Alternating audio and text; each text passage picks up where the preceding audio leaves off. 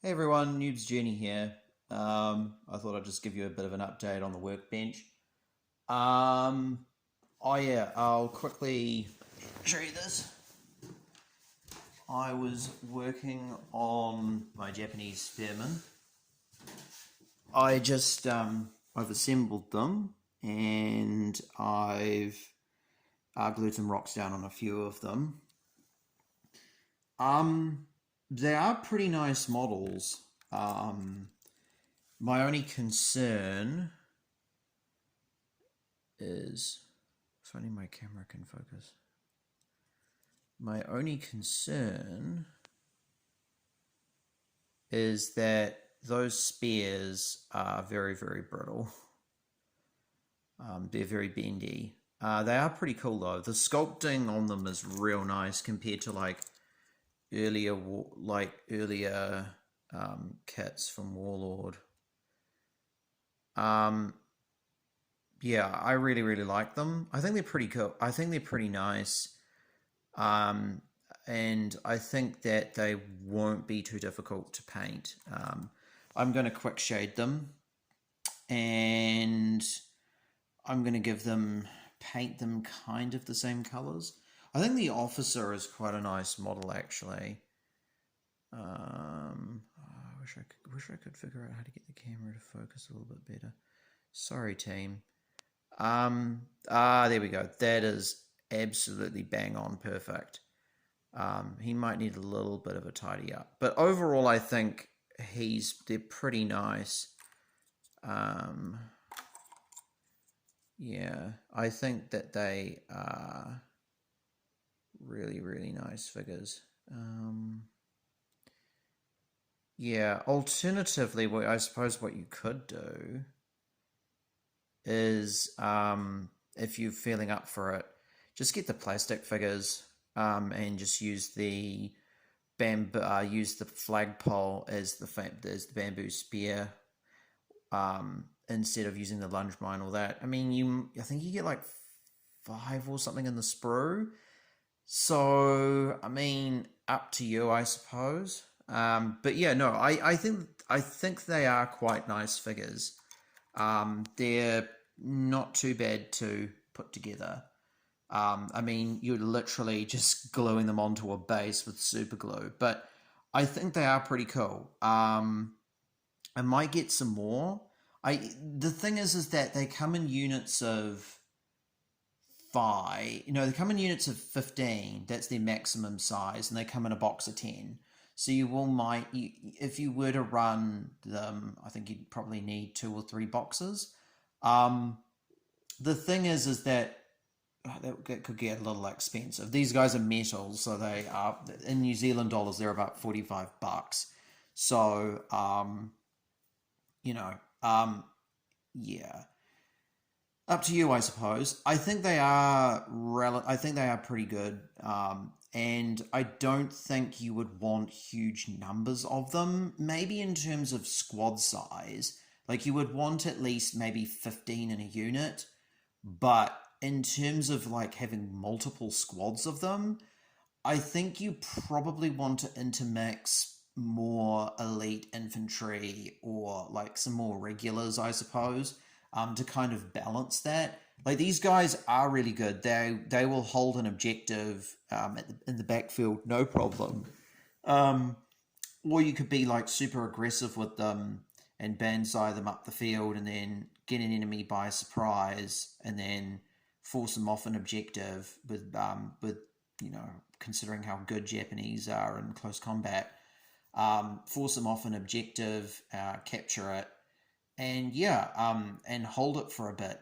They are cheap, so I think a unit of them might be mandatory in an army. But yeah, definitely in 1,000 points, I think they have quite a bit of value. Sorry, that was me tripping on the vacuum cleaner. Anyway, here is my Tony. I did some weathering on it. Most Japanese planes, like, they do tend to get quite a bit of chipping on the wings, so I tried to put that in as best I could. Overall, I think it looks okay. not amazing. Like I'm not winning a golden demon with this bad boy. But if I throw it on, if I do some basing work, get a nice G Dub flight stand, and super glue it in, do some, just do some basing work, etc. I don't think it's going to look awful. I think it's going to look okay. And I'll have a late war plane for my army. This is based very loosely on two planes. Yeah, so I base it on this, the IJAF box art. I'm pretty sure that's a Tony. Mine obviously doesn't have the extra fuel drums. The kit didn't come with it, and I used the markers, not markers, the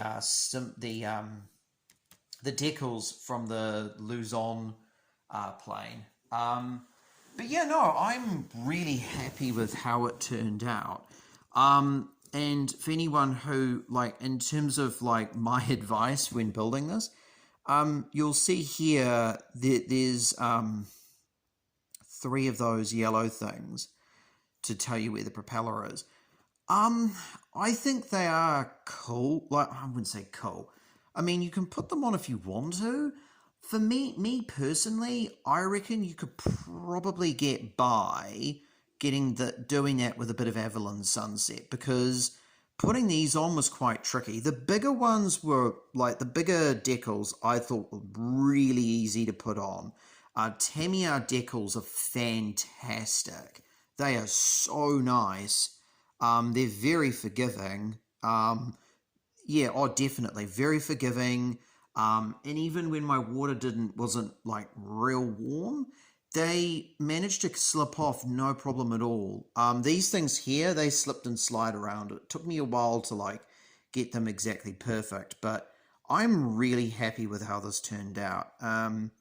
The varnish from AK Interactives, the matte and glossy varnish, I think worked really well. I think, like, in terms of, oh, that's a bit of an off spot, but no, I don't think any wargamer is really going to mind that much. In terms of, what do you call it? In terms of the varnishes, the ultra matte varnish from AK Interactive and the glossy varnish, oh my, wow, they are fantastic. They're so good. You get quite a lot in there, and it's high quality stuff. Really good. Just, I think you could probably airbrush with it. It's designed to be painted on as well as airbrushed on. So it's quite thin. It does the job phenomenally, and it will definitely keep your figures safe. And if you are hoping to get aircraft, it will do a really good job of making sure those decals stay in one place.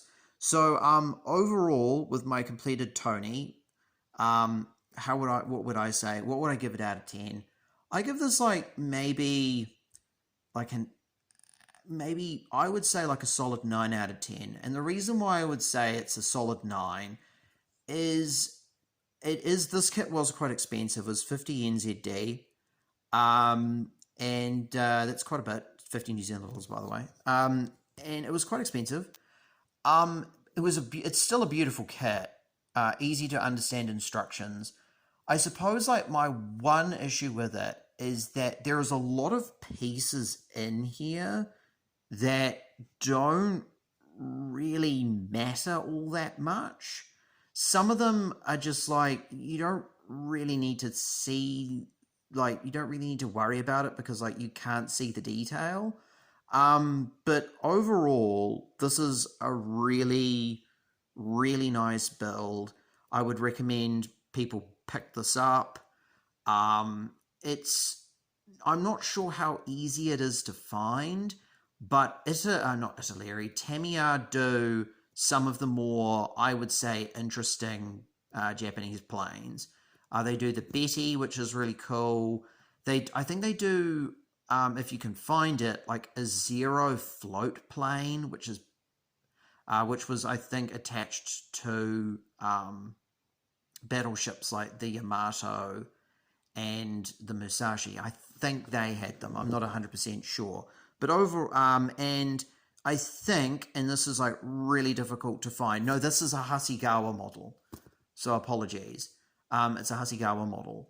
There's a really cool one. I really want to get it, and it's called the Raiden, and it was a Japanese intercept fighter, and they were in.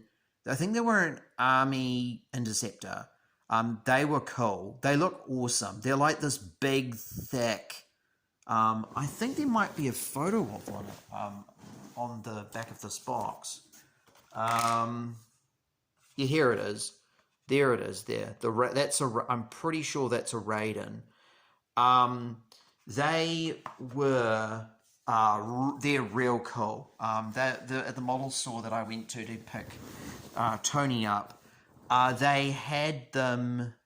They had one on display, and they're a really, really nice model. It was painted with aluminium, and yeah, I like, to be honest, I think the green is definitely more my thing, but I'm not gonna take it. I'm not gonna, like, I don't really mind. But yeah, no, I think that, yeah, this was really good. I'm gonna keep an eye out, see if there are any more Japanese aircraft.